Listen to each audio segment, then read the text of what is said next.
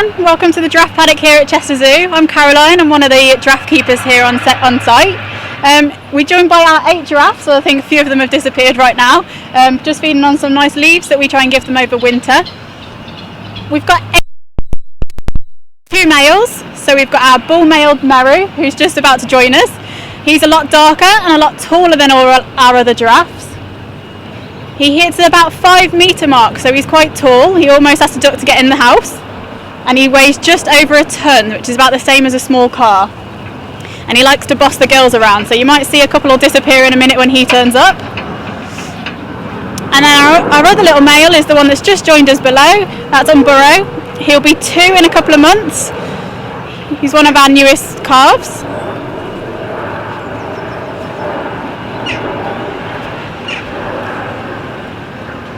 And then we've got our 6 females of varying ages. Mojo, who's the other little one that's just down here, or Karamoja.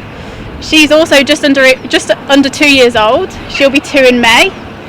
And then we have our other females of varying ages. We've currently got 1 breeding female, so fingers crossed we're going to have another calf join in the herd soon.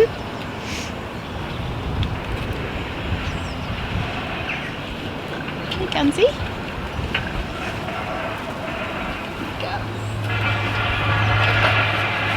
So giraffes are known to have this nice long tongue. It's purple in colour, and this helps it stop getting sunburnt. In the wild they spend a lot of time, about 75% of the day, feeding. So this tongue just is out a lot of the time, helping to pull down leaves and high branches, and they don't want to get sunburnt and sore. So it's a purple colour to help them that, and it's about 50 centimetres long. Also to help feed on the branches, they've obviously got their nice long neck. It's actually got the same amount of vertebrae in their neck that humans have, so that's 7. They're just obviously a lot larger. The giraffe's neck's actually shorter than their legs, so when they have a drink they have to bend down, and to do this they have to spread their front legs nice and wide to be able to reach the floor. But to stop the blood rushing to their head like it would do for me and you, they have a special valve in their heart that stops the blood rushing down to their heads when they put their head to the ground. So as well as the neck helping them to eat the browse and the tops of the trees that other animals can't get to, it also helps them look out for predators.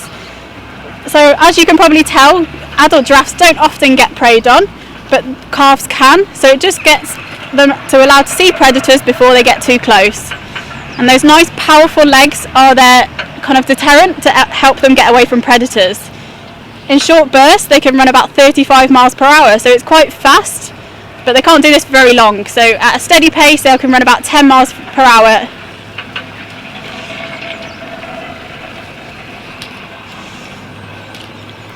As you can see, they're eating the leaves at the moment, which is predominantly what they'll eat, the leaves and the buds and the fresh shoots. Obviously in England, in winter, we don't often have many leaves, so the leaves that they're eating from this basket here have all been saved from summer. Put into nice airtight barrels, and it keeps them nice and fresh that we can feed out over winter. And then we still give them the bunches of browse, which is the branches we feed, which they'll strip the bark off. So they probably get about 20 bundles of these branches a day, so it's a lot of time and a lot of work for us to make sure they're all fed and nice and happy. Another common question with giraffes is, do they sleep? And yes, they do. Quite often they'll sleep standing up. So they only really need about 5 minutes to 30 minutes of sleep a day, and they'll take this in short bursts. Our giraffes here are quite happy, they know they're not going to get eaten, so you'll see in the wild. Obviously for how big their legs are and how big they are, it takes a lot for them to lie down and stand up again. When they do lie down, they can go into REM sleep, so like you and me, when we go nice and deep sleep and we're dreaming, and quite often you'll see giraffes doing this and they'll actually rest their heads on their bum. So they'll lie down and they'll turn their heads, swing their necks round, and they just rest their head on the bum, which is very sweet, and quite often you'll see the calves doing this more than the adults. Obviously our giraffes here are good, like flat wild. Here at the zoo we help support and have supported the Giraffe Conservation Foundation since about 2015, and regularly we have keepers go over and help support them, so they support them with tracking, counting the numbers, and also tagging. So quite often the ossicones, which are the horns on top of the giraffe's head, will have a monitor attached, and this means the GCF can monitor the giraffes and see where they're going and just keep an eye on them and keep them nice and safe. We've helped support GCF in Cadepo Valley, and since our work there in 2015 with GCF, the numbers are actually increasing quite quickly, and each year they have got an increase in numbers, and currently there's 11 at the moment, so it's great population.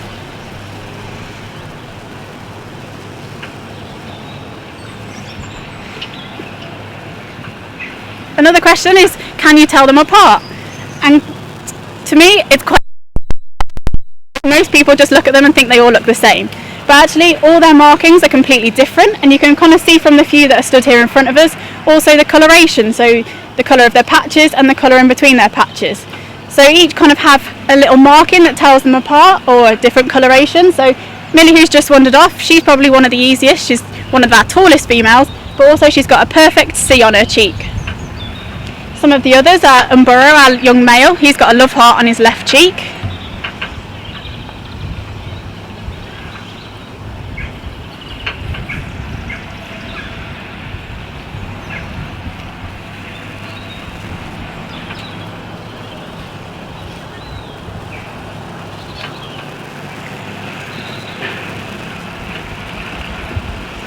The ossicones, which are briefly talked about at the beginning, these aren't really used in the females, but in males they're used for what's called necking, so it's a dominance behaviour, and it just helps them to keep control of the groups that they live in. So they live in groups of towers of about 6 to 10 individuals, predominantly with a male and then his females. So this necking behaviour just makes sure that he gets to keep hold of all those females. So that means quite often the females have hairier ossicones than the males do.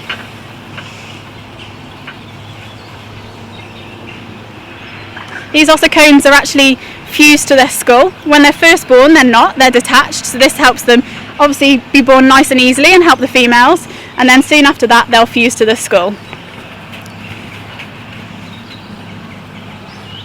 So you'll see this behaviour here, which to most people is quite gruesome, but what Mary's trying to do is she's trying to get Dama to urinate for him. So quite a few male animals will show this phlegm response, and he's just getting all the information he wants from her, so whether she can mate with him, whether she's pregnant. So it doesn't look very nice to you and me, but actually it's really important behaviour shown by giraffes.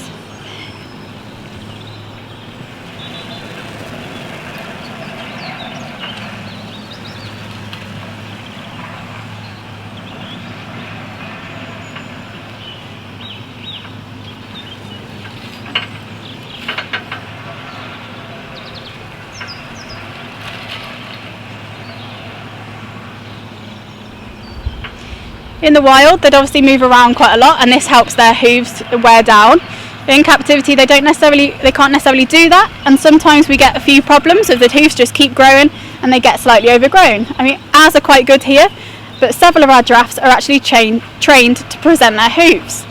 So we have a padded block, a wooden block, and they come up to the area, and we ask them to lift their hoof, and they'll put it on the block for us, and this just lets us get a really good look underneath their hoof, and it helps us to trim. So like you do with a horse, the farrier comes, picks the hoof up and makes them trimmed and nice and tidy. We can't just go in there and pick a giraffe's hoof up, so we have to ask them to do that, participate with us voluntarily.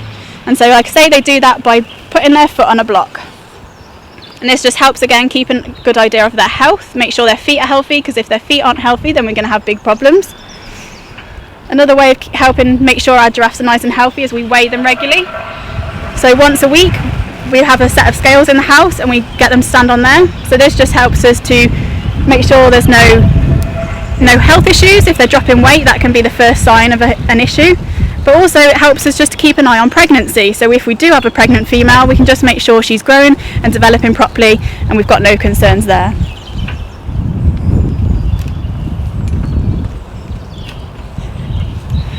So with that, getting them onto the block, it's not just something we can go and do without any training. So I've actually been to America and did a special course on how to trim giraffe hoofs.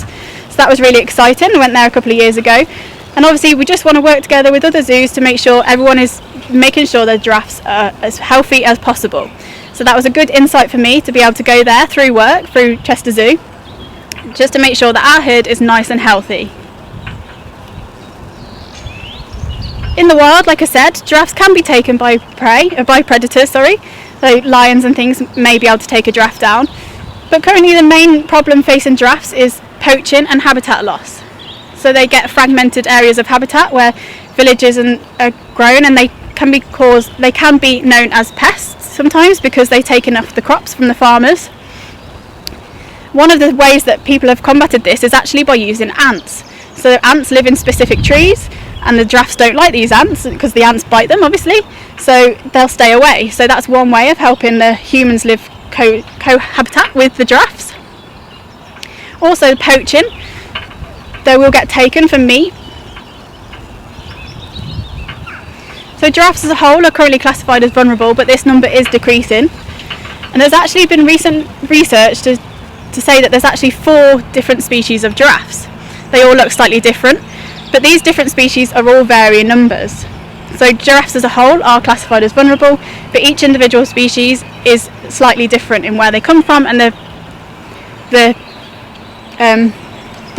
faces that they face. The threats that they face, that's the one.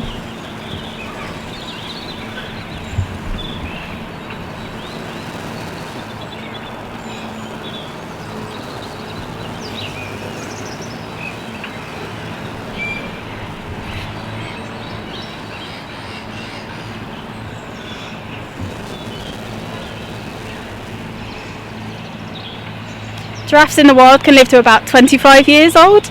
In captivity it can be a lot longer, so they have been known to live to about 40. So our herd is all quite fair.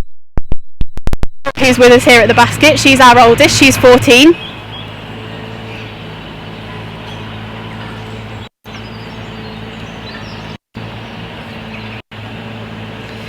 With giraffes as well, a lot of people say, can we touch them?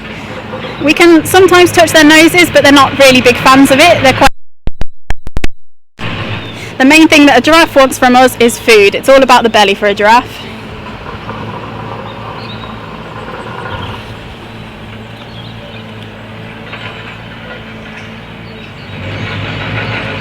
They are herbivores, like I mentioned before. They do take the leaves and the bark from the branches. But they also do what cows do, and they'll chew the cud. So quite often if you come and visit us on a sunny day, when you can do, once this pandemic's over, you'll see that they'll quite often stand in the sun and they'll just be chewing, and you can see the boluses come up their neck and they'll chew it and swallow it back down. So very similar to like you may see a cow. Obviously we are closed at the minute, so if you would like to help support us and help continue to take great care of these animals, if you just go on the link that's below the video, we'd really do appreciate it.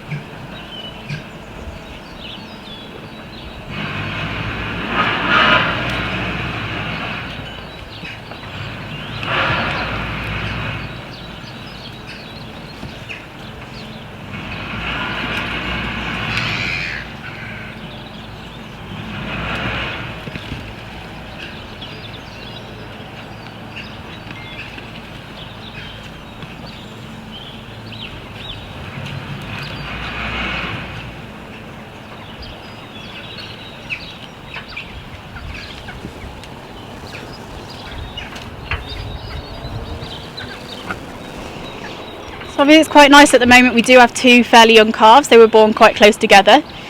Umbura, our male calf, he's really chilled out. He's a nice sweet boy, just like his mother. She's the one that's by the camera right now. She's really chilled female. Karamoja, or Mojo as we call her for short, she's a bit more sassy. She's got a bit more of an attitude. She likes to show you if you're a bit too close to the fence, she can kick out a little bit. So we just have to keep an eye on her. With the two calves, the easiest way to tell them apart is Mboro, the male. He's got quite a grey light chest, and Mojo is quite brown in her coloration, so she's a lot kind of almost chestnutty in colour. And she's also got quite a narrow face compared to Mboro.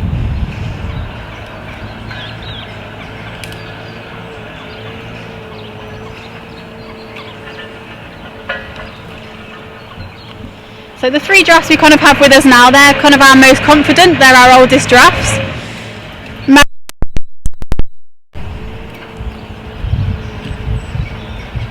And then these are kind of his 2 females, so depending what mood he's in, depends who gets to feed with him. So he always goes to the best places first, and he'll decide who gets to feed. So as you can see, kind of the 3 younger females have moved away because they don't often get allowed to come to the best bits.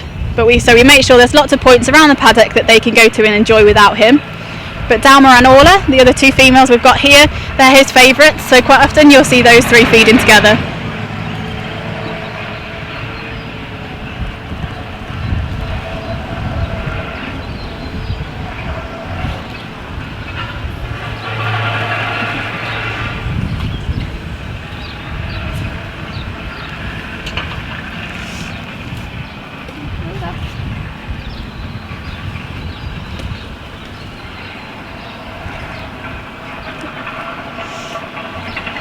So thank you for joining us here at our giraffe paddock.